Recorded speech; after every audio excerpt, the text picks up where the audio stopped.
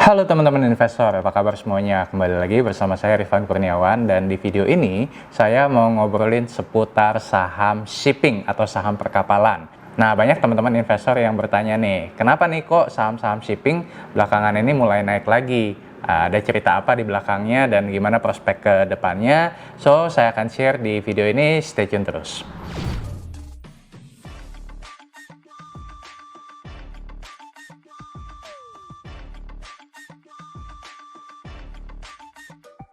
Oke, nah kalau kita lihat memang beberapa harga saham emiten perkapalan belakangan ini juga naik cukup lumayan ya dibandingkan dengan tahun-tahun sebelumnya. Misalkan di sini kita lihat PT Samudra Indonesia atau ticker code-nya adalah SMDR. SMDR ini selama beberapa tahun terakhir lebih banyak berada di area sekitar 300-an, bahkan ketika awal Covid kemarin sempat turun ke di bawah 200-an, dan per video ini dibuat harga sahamnya berada di sekitar 645-an.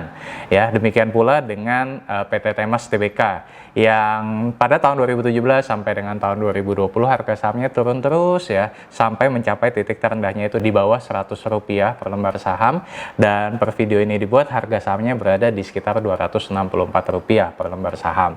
Bahkan sebelumnya juga sempat mencapai angka sekitar 450-an. Nah, MBSS juga sama, dimana kalau kita lihat di sini ya harga sahamnya itu di tahun 2017 sempat di 400-an ya, sempat naik sampai dengan tahun 2020 harga sahamnya juga turun, dan baru-baru ini harga sahamnya kembali meningkat ke harga 600-an. PSSI yang baru IPO di sekitar 2018 lalu, harga sahamnya lebih banyak berada di area sekitar 170-180-an, tapi per video ini dibuat harga sahamnya juga meningkat ke sekitar 282 per lembar saham. Oke, nah sebelum menjawab pertanyaan gimana prospeknya ke depan, saya mau cerita dikit nih kenapa kok di tahun-tahun sebelumnya harga saham dan kinerja emiten perkapalan ini seperti tidak terlalu perform. Nah, ada beberapa hal yang perlu teman-teman ketahui nih.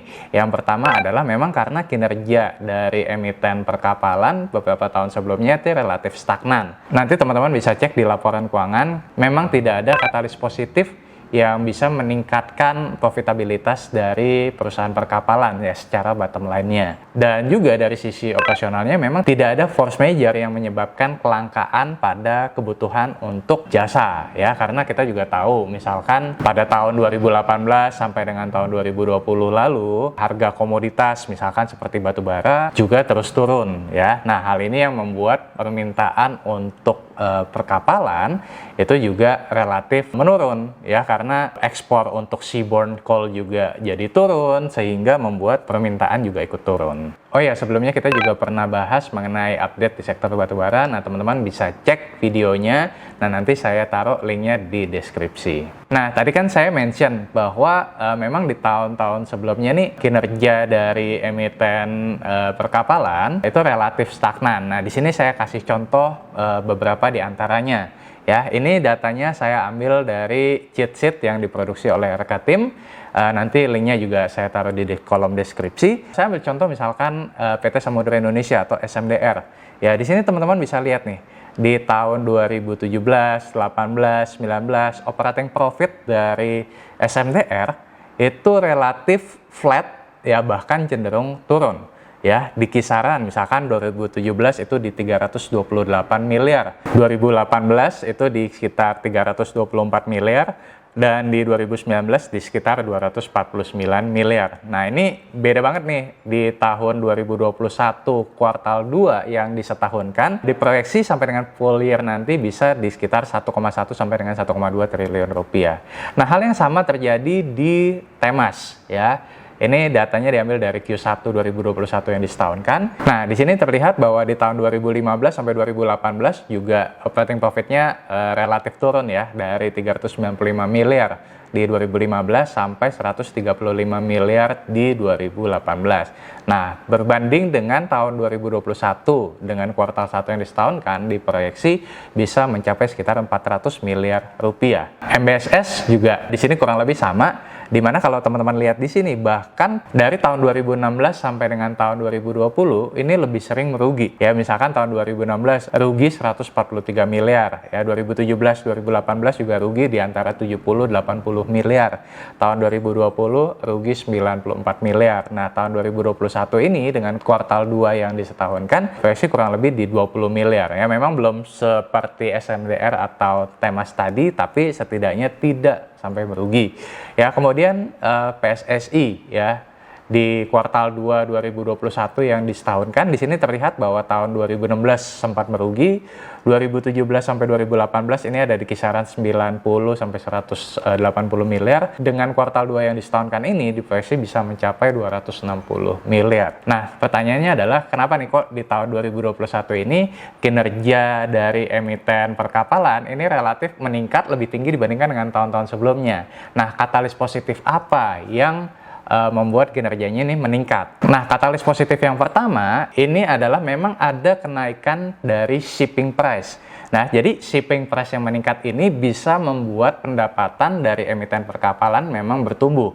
Nah, teman-teman bisa lihat di sini ada yang namanya Baltic Dry Index. Nah, mungkin teman-teman bertanya nih, kok apa itu Baltic Dry Index? Nah, jadi sederhananya Baltic Dry Index itu adalah indeks ya yang berbasis di London. Nah, Baltic Dry Index ini mengukur harga rata-rata dari time charter ya untuk kapal Capesize, kemudian Panamax dan juga Supramax.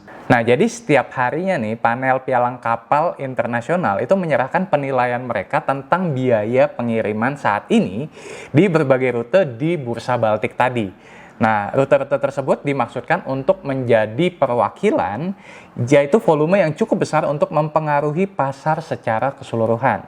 Nah, penilaian tarif ini kemudian dibobot gitu ya, dan untuk membuat Baltic Dry Index tadi secara keseluruhan. Nah, faktor atau katalis positif yang kedua adalah harga minyak yang relatif lebih rendah ya dibandingkan dengan tahun-tahun sebelumnya. Nah, mungkin teman-teman nanya nih, loh kok bukannya harga minyak sekarang katanya lagi naik nih ke 70 dolaran? Bukan kok, kenapa kok Rifan malah bilangnya turun?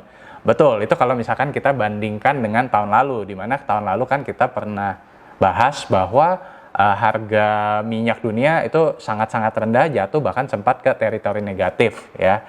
Tapi di sini saya mau bandingkan dengan harga minyak di kisaran misalkan 2012 sampai dengan 2014 yang lalu ya, di mana saat itu harga minyak itu masih di kisaran di atas 100 dolar per barel ya. Tapi per video ini dibuat, harga minyak itu berada di sekitar 60 sampai dengan 70 dolar per barelnya. Nah, mungkin teman-teman juga nanya nih, loh tapi kan kalau dilihat di sini harga minyak sudah turun itu sejak tahun 2016-an kok. Kenapa kok waktu tahun 2016-an sampai dengan 2020-an tidak membuat kinerja dari emiten perkapalan juga ikut meningkat? Kan udah turun tuh. Betul, karena ini dua sisi ini memang harus berjalan beriringan nih teman-teman. Nah, kalau teman-teman lihat di faktor yang pertama tadi, meskipun tahun 2016 sampai dengan 2020 harga minyak sudah relatif lebih rendah, tapi kalau dibandingkan dengan Baltic Dry Index tadi, ya belum mengalami peningkatan, maka kinerjanya akan cenderung flat.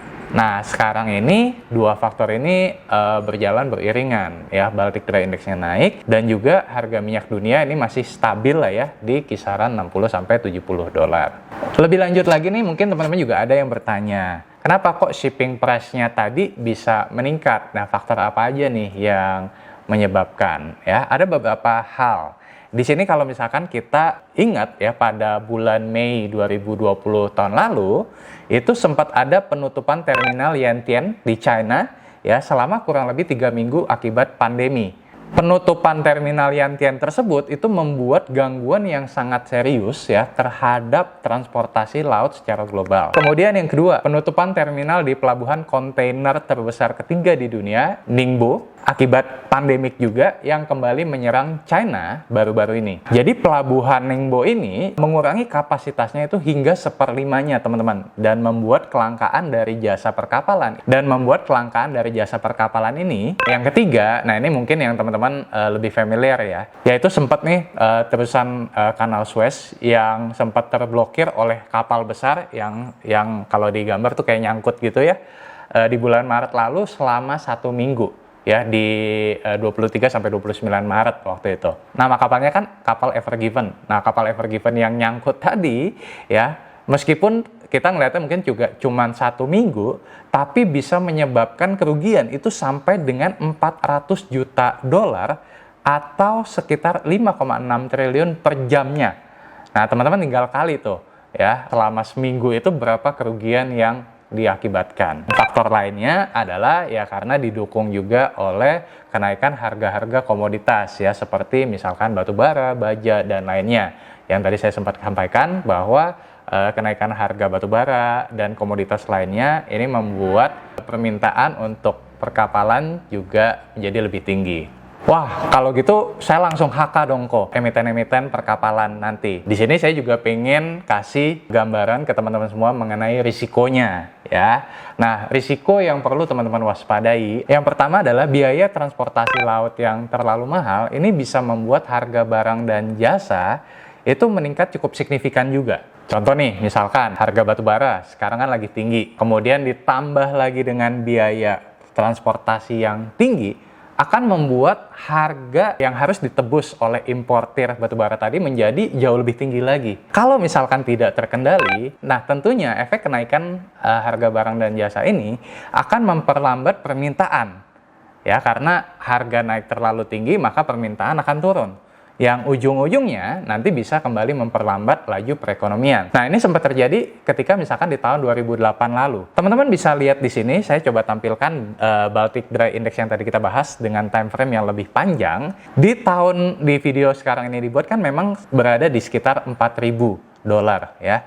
Tapi di tahun 2008 itu sempat berada di sekitar 11.000 dolar. Kebayang ya, hampir 3 kali lipat lebih mahal dibandingkan dengan sekarang. Tapi saking mahalnya, akibatnya permintaan jadi menurun, yang terjadi adalah nggak lama setelahnya Baltic Dry Index tadi turun secara signifikan. Nah, ini yang perlu kita waspadai kalau misalkan teman-teman mau berinvestasi di sektor perkapalan. Saya juga belum bisa jawab apakah Baltic Dry Index ini akan meningkat sampai ke 11.000 dolar lagi atau kedepannya malah akan turun ya, tapi ya kita mesti lihat ke depannya juga akan seperti apa. Oke teman-teman, itu tadi penjelasan mengenai sektor perkapalan.